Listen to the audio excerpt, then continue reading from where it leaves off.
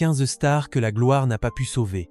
Derrière les projecteurs, leurs vies ont glissé dans l'ombre, happées par les excès et la dépendance. Des icônes du rock, du cinéma et de la mode, fauchées au sommet. Voici l'histoire troublante de ces acteurs célèbres disparus à cause de la drogue. Numéro 1, Prince. Le 21 avril 2006, la nouvelle a traversé le monde entier. Le musicien légendaire a été retrouvé sans vie dans son domaine de Paisley Park, au Minnesota. Ce matin-là, son assistant personnel l'avait cherché, inquiet de ne pas avoir de nouvelles. Le silence régnait dans la vaste propriété. Quand la porte du studio s'est ouverte, il n'y avait plus rien à espérer. La légende de Purple Rain venait de s'éteindre. L'enquête a été rapide mais minutieuse. Le médecin légiste du comté a confirmé que la disparition de Prince était due à une intoxication accidentelle provoquée par le fentanyl, un puissant analgésique opioïde. Le produit n'était pas prescrit directement pour lui. Selon le rapport, il aurait pris des comprimés pensant qu'il s'agissait d'un médicament contre la douleur courante, sans savoir qu'il contenait cette substance extrêmement dangereuse. Ce geste ordinaire s'est transformé en tragédie. Prince souffrait depuis des années de douleurs chroniques, conséquence de sa vie de scène intense. Les concerts, les sauts, les danses effrénées avaient laissé des traces dans son corps. Pour continuer à jouer, il avait cherché un soulagement rapide, souvent sous surveillance médicale. Mais à force d'enchaîner les traitements, son organisme est devenu vulnérable. Les enquêteurs ont aussi retrouvé plusieurs boîtes de médicaments dans sa maison, preuve qu'il essayait de gérer seul sa douleur. Son entourage avait remarqué un changement. Il paraissait fatigué, isolé, plus secret que d'habitude. Pourtant, quelques jours avant le drame, il avait encore donné un concert improvisé, rayonnant sur scène, comme si rien ne pouvait l'arrêter. Ce contraste entre la vitalité publique et la souffrance privée reste l'une des grandes ironies de sa vie. La disparition de Prince a bouleversé le monde de la musique et bien au-delà. En France, des milliers de fans se sont rassemblés devant l'Olympia et sur la place de la République pour lui rendre hommage. Les radios ont diffusé ses plus grands succès toute la journée. Purple Rain, Kiss, When Doves Cry résonnaient partout, comme un adieu collectif à un génie insaisissable. Le rapport final a conclu à un accident sans intention, mais il a soulevé une question universelle. Jusqu'où la douleur peut-elle pousser un artiste à se mettre en danger? Prince n'était pas un homme faible, il était un perfectionniste obsédé par la musique et la performance. Ce besoin de briller sans faille a fini par lui coûter la vie. Derrière chaque note, il y avait un combat invisible, celui d'un homme qui voulait simplement continuer à créer, malgré la souffrance. Numéro 2, Amy Winehouse. Le 23 juillet 2011, en fin d'après-midi, la police de Londres a reçu un appel d'urgence depuis Camden Square. Quand les secours sont arrivés, la chanteuse britannique était allongée dans sa chambre, immobile, dans cette maison où elle avait composé ses derniers morceaux. Quelques minutes plus tard, le médecin a confirmé qu'elle était partie. Le monde entier a appris la nouvelle dans la soirée. À 27 ans, Amy Winehouse venait de rejoindre la liste tragique des artistes fauchés en pleine gloire. Le rapport officiel a conclu à une intoxication accidentelle liée à une consommation massive d'alcool après une longue période d'abstinence. Selon le témoignage de son garde du corps, elle semblait calme la veille, même joyeuse. Elle avait passé la soirée à écouter sa propre musique et à rire. Personne ne pouvait imaginer qu'elle vivait ces dernières heures. Les analyses ont révélé un taux d'alcool si élevé que son corps n'a pas pu le supporter. Depuis plusieurs années, Amy Winehouse luttait contre ses démons. Sa voix unique, inspirée du jazz et de la soul, lui avait valu un succès fulgurant, mais la pression médiatique, la solitude et les excès avaient lentement érodé sa santé. Ses proches avaient tenté de l'aider. Elle avait suivi plusieurs cures de désintoxication, parfois avec succès, parfois sans résultat. Elle disait souvent qu'elle voulait simplement chanter, pas devenir une célébrité. Pourtant, la célébrité l'avait dévorée. En France, son album Back to Black a connu un triomphe. Les paroles sombres, les mélodies puissantes et cette voix éraillée avaient touché le public.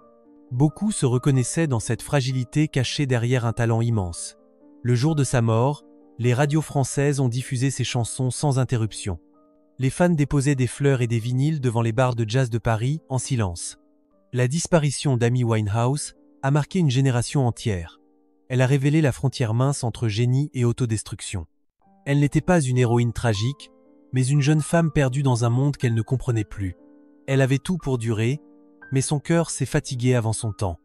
Aujourd'hui encore, quand résonne la première note de Rehab ou de You Know I'm No Good, chacun ressent ce mélange étrange de beauté et de douleur. Amy Winehouse n'a pas seulement chanté la tristesse, elle l'a vécue. Son histoire rappelle que derrière chaque voix célèbre, il y a souvent une âme qui se bat pour rester debout. Si cette histoire vous a touché, abonnez-vous pour découvrir d'autres destins bouleversants et laissez un commentaire pour me dire quelle chanson d'Amy Winehouse reste la plus forte pour vous. Numéro 3, Philip Seymour Hoffman. Le 2 février 2014, en fin de matinée, la police de New York est entrée dans un appartement du quartier de Greenwich Village. Sur le sol, près d'un carnet de notes et de plusieurs scénarios, se trouvait le corps d'un homme que le monde du cinéma admirait pour sa sincérité et son intensité. C'était Philip Seymour Hoffman, l'un des plus grands acteurs de sa génération. Le rapport du médecin légiste a établi une intoxication aiguë causée par un mélange de substances, principalement de l'héroïne, de la cocaïne et des médicaments anxiolytiques. La combinaison avait provoqué un arrêt brutal du système respiratoire. Les enquêteurs ont conclu à un accident sans intention. L'acteur, âgé de 46 ans, luttait depuis longtemps contre la dépendance. Il avait connu plusieurs années de sobriété, puis une rechute discrète au moment où il préparait de nouveaux projets. Quelques semaines avant sa mort, il venait de terminer le tournage de Hunger Games et travaillait sur un film indépendant à New York. Ses collègues l'avaient trouvé fatigué, mais toujours passionné. Dans ses entretiens, il évoquait souvent la difficulté de vivre avec la pression du succès, la peur de décevoir, le besoin de se dépasser à chaque rôle. Son perfectionnisme, que beaucoup admiraient, cachait une profonde fragilité. Philip Seymour Hoffman avait ce talent rare de transformer chaque personnage en être humain complexe.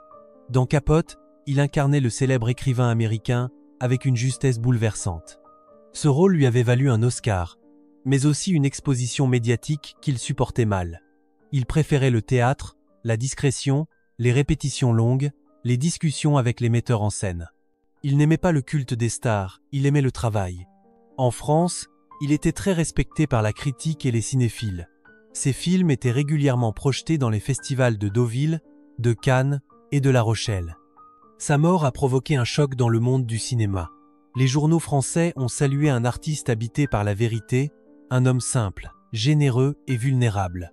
Son départ brutal a rappelé la frontière dangereuse entre l'art et l'autodestruction. Le public a compris que derrière le regard intense et la voix posée, se cachait une douleur profonde.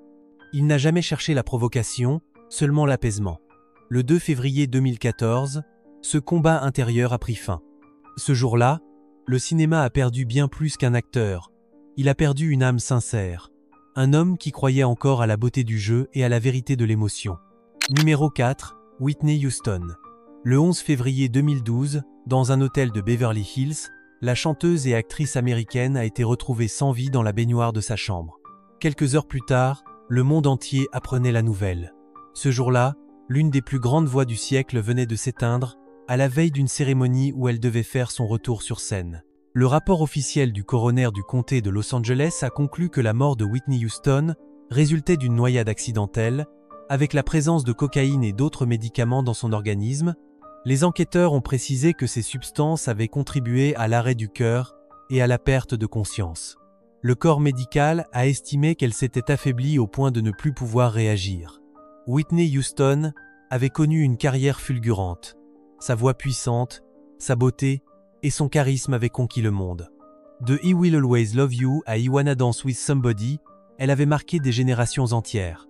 En France, ses chansons occupaient les premières places du top 50 pendant des années. Elle avait aussi brillé au cinéma dans Bodyguard, un succès planétaire qui l'avait transformée en icône absolue. Mais derrière la lumière, sa vie privée s'était lentement fragilisée. Les pressions médiatiques, les tournées incessantes et une relation amoureuse tumultueuse avaient mis son équilibre à rude épreuve. Au fil du temps, elle s'était éloignée de la scène, cherchant à retrouver une stabilité qu'elle ne trouvait plus. Ses proches racontent qu'elle voulait remonter sur scène et prouver qu'elle pouvait renaître. Les jours précédant sa mort, Whitney Houston répétait pour une apparition lors de la soirée des Grammy Awards. Les témoins décrivent une femme fatiguée, mais encore pleine d'énergie. Elle chantait dans le hall de l'hôtel, saluait les fans, souriait. Personne ne pouvait deviner que son corps, affaibli par des années de lutte, ne tiendrait plus. En France, la nouvelle a bouleversé le public. Les radios ont diffusé ses chansons toute la nuit. Les réseaux sociaux se sont remplis de messages d'amour et de nostalgie. Beaucoup se souvenaient de sa voix cristalline, capable de traverser le silence et de toucher le cœur. Whitney Houston était bien plus qu'une chanteuse. Elle était un symbole de grâce et de passion. Le 11 février 2012 restera une date douloureuse pour la musique mondiale. Ce jour-là, la femme qui avait donné tant de force à ses chansons s'est éteinte dans le silence, laissant derrière elle un héritage immense et une émotion qui ne s'efface pas. Numéro 5, River Phoenix. Le 31 octobre 1993, juste après minuit, une scène tragique s'est déroulée devant le club Viper Room à Los Angeles. Sur le trottoir, un jeune homme de 23 ans s'est effondré sous les yeux de son frère Joaquin et de sa sœur Rhin. Quelques minutes plus tard, malgré les tentatives de réanimation, il n'y avait plus rien à faire.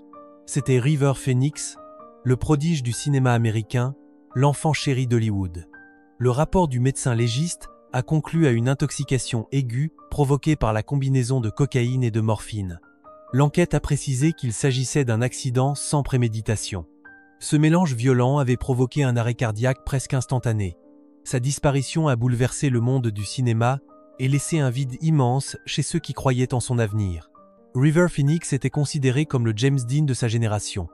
Il avait commencé très jeune et impressionnait par sa maturité et sa sensibilité. Dans Stand By Me, il incarnait l'amitié et la fragilité avec une intensité rare. Dans My Own Private Idaho, son jeu bouleversant aux côtés de Keanu Reeves lui avait valu l'admiration des plus grands réalisateurs. Il avait cette lumière qui ne s'apprend pas, cette vérité qui transperçait l'écran. Ses amis racontaient qu'il vivait simplement, loin du faste des soirées hollywoodiennes. Il prônait le végétarisme, défendait la cause animale et évitait les excès. Mais le succès rapide et la pression constante avaient fini par fissurer cette image d'ange rebelle.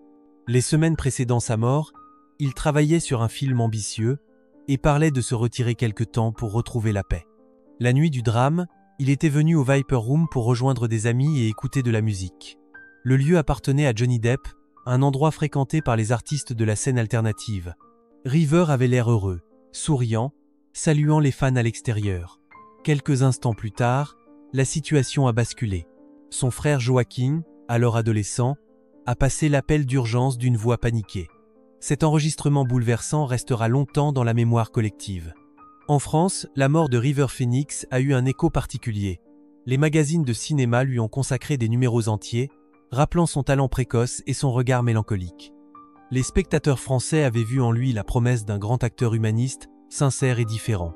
Le 30 et 1 octobre 1993, cette promesse s'est éteinte dans la nuit californienne, emportant avec elle un éclat de pureté que le cinéma n'a jamais retrouvé.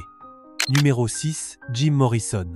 Le 3 juillet 1971, à Paris, dans un petit appartement de la rue Beautreilly, la police a découvert le corps sans vie du chanteur américain. C'était un matin d'été tranquille. Pamela Courson, sa compagne, avait alerté les secours après l'avoir trouvé dans la baignoire. Quelques heures plus tard, la nouvelle s'est répandue à travers la capitale, puis dans le monde entier.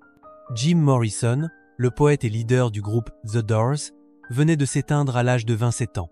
Le rapport médical a conclu à une défaillance cardiaque, probablement liée à une consommation excessive d'alcool et de substances interdites. Aucune autopsie n'a été pratiquée, ce qui a alimenté de nombreuses théories au fil des ans.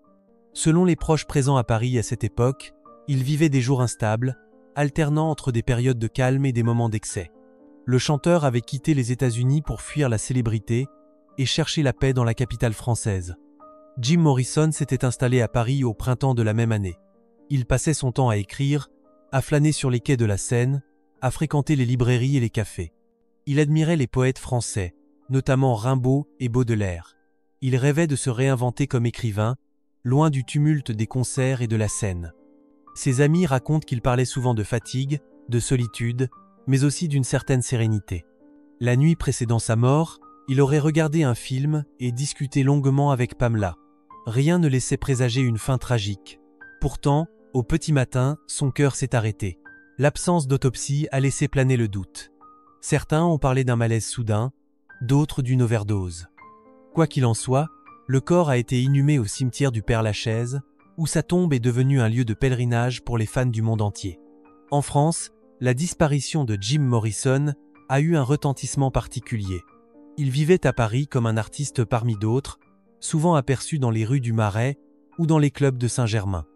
Les journaux français ont salué sa carrière fulgurante et son génie poétique. Pour beaucoup, il incarnait la liberté, le refus des règles et la recherche du vrai. Le 3 juillet 1971 reste gravé dans la mémoire collective. Ce jour-là, la musique a perdu une voix envoûtante et la poésie a perdu un rêveur. Jim Morrison repose à Paris, la ville qui lui a offert son dernier refuge, celle où le mythe est devenu éternel. Numéro 7, Janis Joplin. Le 4 octobre 1970, à Los Angeles, le réceptionniste d'un hôtel de Sunset Boulevard a remarqué que la chanteuse ne répondait plus aux appels depuis la veille. Il est monté frapper à la porte de sa chambre. À l'intérieur, le silence pesait. Janis Joplin, la voix rauque et puissante du blues et du rock américain, venait de partir à l'âge de 27 ans. Le rapport du médecin légiste a conclu à une overdose d'héroïne, aggravée par la consommation d'alcool. Selon les enquêteurs, elle avait passé la soirée seule après une journée de travail en studio. L'enregistrement de son nouvel album, intitulé Pearl, touchait à sa fin. Quelques heures avant le drame, elle avait parlé à des amis au téléphone, semblant heureuse, détendue, impatiente de finaliser le disque. Personne n'imaginait qu'elle vivait ces dernières heures. Janis Joplin avait conquis le monde en quelques années seulement. Son timbre unique, sa façon de crier chaque mot comme une blessure ouverte, avait fait d'elle une figure incontournable de la contre-culture des années 60. Sur scène, elle semblait possédée par la musique, libérée de toute retenue. Ses performances à Woodstock et Montreuil restent parmi les plus intenses de l'histoire du rock. Elle incarnait la liberté absolue, mais aussi la fragilité cachée derrière le feu intérieur. Dans les mois précédant sa mort, elle essayait de retrouver un équilibre. Elle parlait de se marier, de ralentir, de vivre plus simplement. Ses amis disaient qu'elle allait mieux, qu'elle riait davantage. Mais cette nuit d'octobre, un geste banal est devenu fatal. L'héroïne qu'elle avait utilisée était beaucoup plus concentrée que d'habitude. Son corps affaibli n'a pas résisté. En France, la disparition de Janis Joplin a bouleversé les amateurs de musique.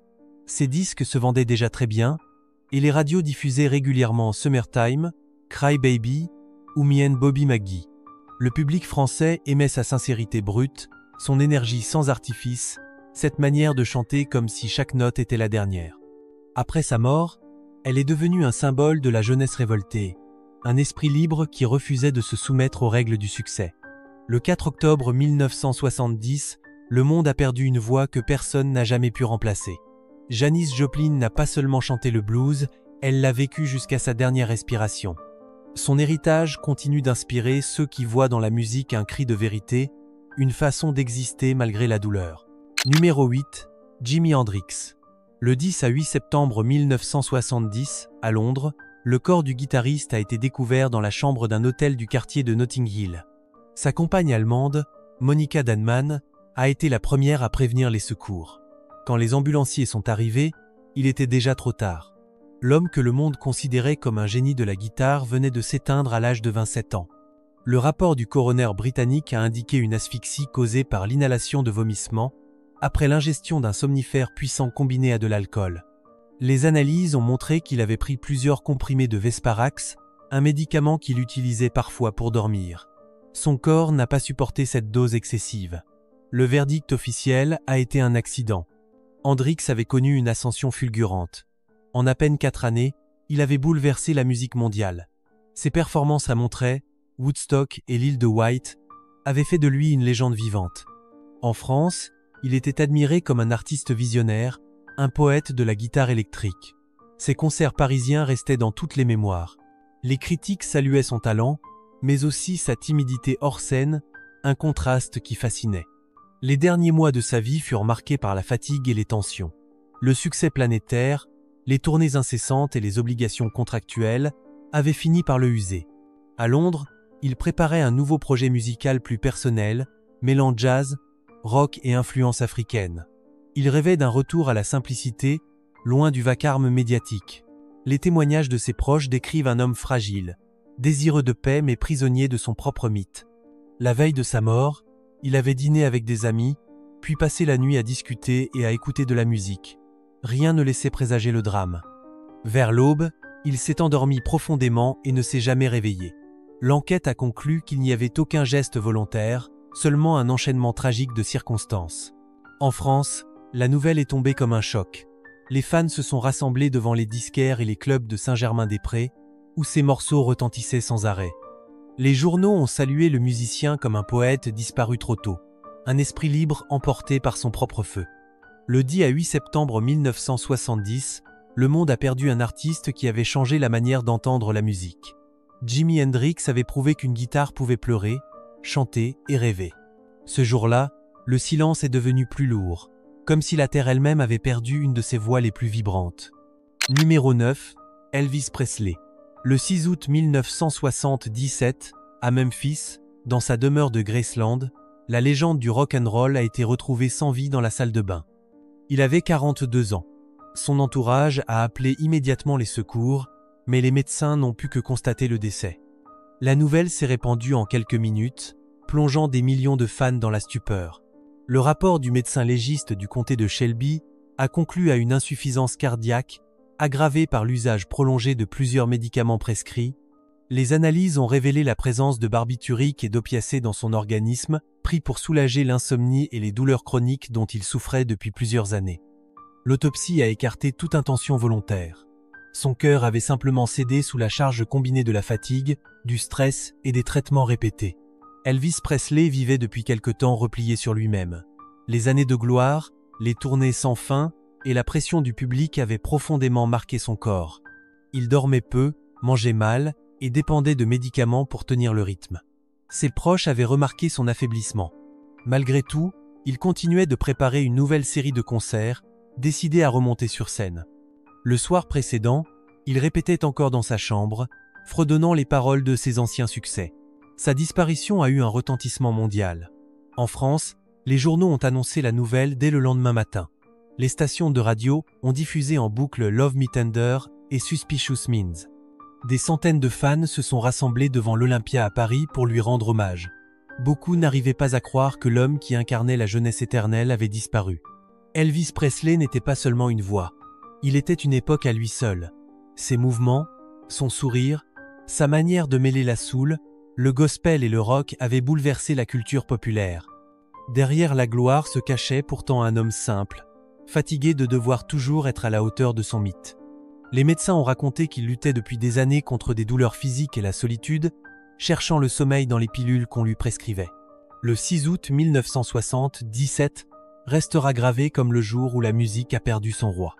Dans son dernier repos à Graceland, Elvis Presley a laissé derrière lui un héritage immense, une voix qui traverse les générations et une leçon silencieuse sur le prix de la célébrité et de la fatigue humaine. Numéro 10, Cory Monteith. Le 13 juillet 2013, à Vancouver, au Canada, le personnel d'un hôtel du centre-ville a remarqué qu'un client ne répondait plus aux appels de la réception. Les employés ont ouvert la porte de la chambre en fin d'après-midi et ont découvert le corps du jeune acteur. Les secours sont arrivés rapidement, mais il n'y avait plus d'espoir. La nouvelle a bouleversé le monde entier, car Cory Monteith était alors au sommet de sa carrière. Le rapport officiel du coroner de la Colombie-Britannique a conclu à une intoxication accidentelle due à une combinaison d'héroïne et d'alcool. Les enquêteurs ont précisé que l'acteur avait connu une période de sobriété avant de rechuter peu de temps avant sa mort. Cette rechute, après plusieurs mois d'abstinence, avait rendu son organisme particulièrement vulnérable. Le drame s'est produit sans préméditation, dans le silence d'une chambre d'hôtel, loin des caméras et de la gloire. Cory Monteith était devenu célèbre grâce à la série Glee, dans laquelle il incarnait Finn Hudson, un jeune homme sincère, naïf et passionné de musique. Son sourire, sa gentillesse et son charisme naturel avaient conquis le public du monde entier. En France, la série était très populaire, surtout auprès des jeunes. Les spectateurs voyaient en lui l'image du garçon simple, celui qui ne triche pas, celui qui croit encore au rêve américain. Pourtant, derrière cette image lumineuse se cachait une longue bataille. Dans plusieurs interviews, il avait parlé ouvertement de ses difficultés passées, espérant inspirer d'autres jeunes à chercher de l'aide. Il semblait avoir trouvé un nouvel équilibre, notamment grâce à sa relation avec sa partenaire à l'écran, Léa Michel. Ensemble, ils formaient un couple adoré du public, symbole de romantisme et de réussite. Les jours précédant sa mort, il semblait aller mieux. Il avait voyagé, pris des vacances et préparé le tournage de la nouvelle saison de Glee. Rien ne laissait présager la tragédie. Ses collègues ont appris la nouvelle avec une immense tristesse. Le plateau de tournage est resté silencieux pendant plusieurs semaines. Les créateurs de la série ont décidé de lui consacrer un épisode hommage, sobre et émouvant. En France, la presse a salué la mémoire d'un acteur prometteur parti trop tôt. Des milliers de fans ont allumé des bougies devant les théâtres et les écoles de musique. Le 13 juillet 2013, le monde du spectacle a perdu un visage d'espoir et d'humanité. Cory Monteith a laissé derrière lui un souvenir de douceur, de talent et de sincérité que le temps ne pourra effacer. Numéro 11, Mac Miller. Le 7 septembre 2018, à Los Angeles, un ami proche du rappeur a trouvé le jeune homme inconscient dans sa maison de la vallée de San Fernando. Les secours sont arrivés en quelques minutes, mais ils n'ont pu que constater son décès. Il avait 26 ans. L'annonce de sa disparition a provoqué une onde de choc dans le monde de la musique. Le rapport du médecin légiste du comté de Los Angeles a établi que la cause du décès était une intoxication accidentelle provoquée par un mélange de fentanyl, de cocaïne et d'alcool. L'enquête a conclu qu'il n'y avait aucune intention volontaire. Les autorités ont précisé que la dose de fentanyl retrouvée dans son organisme était suffisante pour provoquer une défaillance respiratoire en quelques instants. Mac Miller, de son vrai nom Malcolm McCormick, était l'un des artistes les plus talentueux de sa génération. Né à Pittsburgh, il avait commencé sa carrière à l'adolescence, enregistrant ses premières chansons dans sa chambre avant de conquérir la scène internationale. Sa musique mélangeait le rap, le jazz et la soul avec une sincérité rare. En France, son album Swimming avait reçu un accueil enthousiaste de la critique. Les amateurs de hip-hop louaient son style apaisé, introspectif, loin de la violence et de l'arrogance du milieu. Les mois précédant sa mort, il travaillait sur un nouvel album intitulé Circles. Ses proches affirmaient qu'il se concentrait sur la musique et qu'il tentait de retrouver un équilibre après une rupture médiatisée. Il disait vouloir grandir, changer de vie, se détacher de ses excès passés. Ses dernières interviews montraient un jeune homme lucide, conscient de ses erreurs, déterminé à s'en sortir. Le matin du drame, rien ne laissait présager une fin aussi soudaine. Il avait passé la veille à composer, à discuter avec des amis, à plaisanter.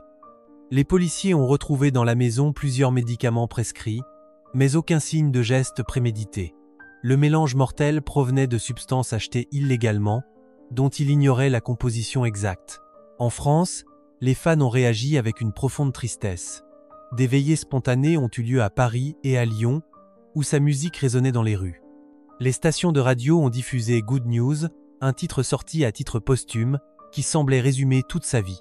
Le 7 septembre 2010 à 8, la voix calme et mélancolique de Mac Miller s'est éteinte, laissant derrière elle le souvenir d'un artiste honnête, fragile et profondément humain, dont les mots continuent de toucher ceux qui l'écoutent. Numéro 12. Jean-Michel Basquiat. Le 12 août 1988, à New York, dans son loft de Great John Street, l'artiste a été retrouvé inanimé par un ami. Les secours ont été appelés aussitôt, mais il était déjà trop tard. Il n'avait que 27 ans. La nouvelle de sa disparition s'est répandue rapidement dans le monde de l'art et de la mode. À Paris, les galeries et les journaux culturels ont aussitôt rendu hommage à celui que beaucoup considéraient comme le prodige de la peinture contemporaine. Le rapport officiel du médecin légiste a conclu à une overdose d'héroïne. L'enquête a révélé qu'il avait eu une rechute après plusieurs mois d'efforts pour s'en sortir. Son corps n'avait pas supporté la dose absorbée. Les médecins ont parlé d'un arrêt cardiaque brutal. Les proches de l'artiste ont confirmé qu'il se battait contre cette dépendance depuis plusieurs années, malgré le succès et la reconnaissance internationale. Jean-Michel Basquiat avait commencé comme graffeur dans les rues de Brooklyn sous le pseudonyme Samo. Ses messages peints sur les murs mélangeaient poésie, colère et philosophie. En quelques années, il était devenu l'un des artistes les plus en vue de la scène new-yorkaise. Son style brut, instinctif et coloré séduisait autant qu'il dérangeait. À 20 ans, il exposait déjà aux côtés d'Andy Warhol, avec qui il entretenait une amitié profonde et complexe. À Paris, il était admiré pour son audace. Ses toiles se vendaient dans les plus grandes galeries. Les critiques français voyaient en lui un nouveau Picasso, un peintre capable de réinventer le langage visuel à travers la douleur et la révolte. Mais cette ascension rapide avait aussi un revers. L'artiste se sentait prisonnier du marché de l'art, utilisé par un système qu'il dénonçait. Il cherchait un sens à son succès, mais trouvait surtout la solitude et la fatigue. L'été de 1988 devait être celui d'un nouveau départ. Basquiat parlait de voyager, de s'installer quelque temps à Haïti, pays d'origine de son père. Il voulait peindre autrement, retrouver la liberté de ses débuts. Mais cette nuit du 12 août, tout s'est arrêté. Son décès a marqué la fin d'une génération d'artistes rebelles. En France, les journaux ont titré sur la mort d'un génie fulgurant. Ses œuvres, exposées au Centre Pompidou et à la Fondation Louis Vuitton, attirent encore des milliers de visiteurs. Le 12 août 1988, Jean-Michel Basquiat est devenu éternel, symbole d'une créativité brûlante que le temps n'a pas réussi à apaiser. Numéro 13. John Belushi. Le 5 mars 1982, à Los Angeles, dans un bungalow de l'hôtel Château Marmont sur Sunset Boulevard, un employé du service d'étage a découvert le corps sans vie de l'acteur et comédien. Quelques minutes plus tard, les secours sont arrivés, mais il n'y avait plus rien à faire. Il avait 33 ans. La nouvelle a traversé les États-Unis en quelques heures et a provoqué une immense émotion dans le monde du spectacle. Le rapport officiel du coroner du comté de Los Angeles a conclu à une intoxication aiguë due à un mélange de cocaïne et d'héroïne. Les enquêteurs ont qualifié la mort d'accidentelle. Cette combinaison, connue pour être particulièrement dangereuse, avait entraîné une défaillance cardiaque quasi immédiate. Son entourage savait qu'il traversait une période difficile, marquée par la fatigue, le stress et les excès liés à la célébrité. John Belushi était devenu célèbre grâce à l'émission Saturday Night Live, où il incarnait des personnages excentriques et irrésistibles. Son énergie débordante et son humour sans limite avaient conquis des millions de spectateurs. En France, il était surtout connu pour son rôle mythique dans The Blues Brothers, un film devenu culte pour sa musique, ses poursuites automobiles et sa folie joyeuse. Belushi y partageait l'affiche avec Dan Aykroyd, son ami proche et partenaire de scène. Derrière l'image du comique infatigable se cachait un homme tourmenté. Le rythme des tournages, la pression du succès et la solitude de la célébrité l'avaient profondément marqué. Ses amis ont souvent raconté qu'il cherchait désespérément à retrouver la simplicité de ses débuts, cette période où l'humour n'était pas encore un poids. Quelques jours avant sa mort, il travaillait sur un nouveau projet de film et semblait optimiste. La nuit du drame, il avait passé la soirée avec plusieurs connaissances à l'hôtel. Vers l'aube, il s'était isolé dans sa chambre. Lorsqu'on l'a retrouvé, il ne respirait plus. Les médecins n'ont pu que constater le décès. La nouvelle a bouleversé Hollywood. De nombreux artistes, parmi lesquels Robin Williams et Dan Aykroyd, ont assisté à ses funérailles pour lui rendre un dernier hommage. En France, la presse a salué la mémoire d'un acteur exceptionnel, capable de faire rire et d'émouvoir dans la même scène. Les spectateurs se souvenaient de son regard pétillant et de son rire contagieux. Le 5 mars 1982, John Belushi est devenu une légende du cinéma comique, un symbole de talent fulgurant et de vie brûlée trop vite. Numéro 14. Sid Vicious. Le 2 février 1979, à New York, la police a découvert le corps du jeune musicien dans un appartement de Greenwich Village. Il avait 21 ans. À ses côtés, sa mère, en larmes, a confirmé qu'il ne respirait plus depuis plusieurs heures. Les secours ont tenté une réanimation, mais en vain. Quelques minutes plus tard, la mort de l'ancien bassiste des Sex Pistols était officiellement constatée. Le rapport du médecin légiste du comté de New York a indiqué une overdose d'héroïne. Les enquêteurs ont conclu à un accident. Selon les témoignages recueillis, Sid Vicious avait passé la soirée entouré d'amis, fêtant sa libération sous caution. Durant la nuit, il aurait consommé une dose fatale d'une drogue beaucoup plus concentrée qu'à l'habitude. Son corps affaibli n'a pas résisté. Sid Vicious, de son vrai nom John Simon Ritchie, avait incarné l'âme rebelle du mouvement punk britannique. Avec son regard provocateur, sa silhouette maigre et son attitude violente, il symbolisait une génération en colère contre l'ordre établi. Les concerts des Sex Pistols avaient déchaîné les foules, provoquant scandale et censure. En France, les amateurs de rock le considéraient comme une figure tragique, à la fois fascinante et dérangeante. Sa vie avait basculé après la séparation du groupe. Livré à lui-même, il s'était réfugié à New York avec sa compagne Nancy Spungen. Leur relation, passionnée et chaotique, faisait la une des journaux. En octobre 1978, Nancy avait été retrouvée morte dans leur chambre d'hôtel. Sid, accusé mais en liberté sous caution, attendait encore son procès. Sa disparition a mis fin à l'affaire sans qu'aucun verdict ne soit rendu. Les dernières semaines de sa vie montrent un jeune homme épuisé, incapable de retrouver sa place dans le monde. Il parlait d'arrêter la musique, de recommencer ailleurs, loin du tumulte médiatique. Son entourage raconte qu'il semblait perdu, sans repère ni but. Le soir du 1er février, il riait encore, dansait, plaisantait avec ses amis. Quelques heures plus tard, la fête s'est transformée en drame silencieux. En France, la mort de Sid Vicious a marqué toute une génération. Les magazines de musique ont salué son influence malgré sa courte carrière. Son style et son attitude ont inspiré d'innombrables groupes de rock. Le 2 février 1979, la scène punk a perdu son visage le plus emblématique, un jeune homme qui rêvait de liberté, mais que le destin a fauché avant qu'il ne trouve la paix. Numéro 15, Peach Geldof. Le 7 avril 2014, à Rotham, un petit village du Kent en Angleterre, la police locale a découvert le corps de la jeune femme dans sa maison. Les agents étaient venus après que son mari n'avait plus réussi à la joindre depuis plusieurs heures. À leur arrivée, ils ont trouvé la maison calme, les enfants sains et saufs, et Peach allongée dans sa chambre. Elle avait 25 ans. Le rapport officiel du coroner a établi qu'elle était morte d'une overdose d'héroïne. L'enquête a montré qu'il s'agissait d'un accident, sans intention. Des traces de seringues et une cuillère ont été retrouvées à proximité, confirmant les causes du drame. Selon le rapport, elle avait réussi à rester sobre pendant plusieurs mois avant de rechuter peu de temps avant sa mort. Son organisme, affaibli par cette période d'abstinence, n'a pas supporté la dose. Peach Geldof était la fille du chanteur et activiste irlandais Bob Geldof et de la présentatrice Paula Yates. Elle avait grandi sous les projecteurs, habituée aux photographes et aux interviews dès l'enfance. En France, son visage était familier des magazines de mode et des reportages culturels. Journaliste, mannequin et animatrice de télévision, elle représentait cette jeunesse brillante et révoltée, à la fois fragile et fascinante. Les dernières années de sa vie semblaient pourtant heureuses.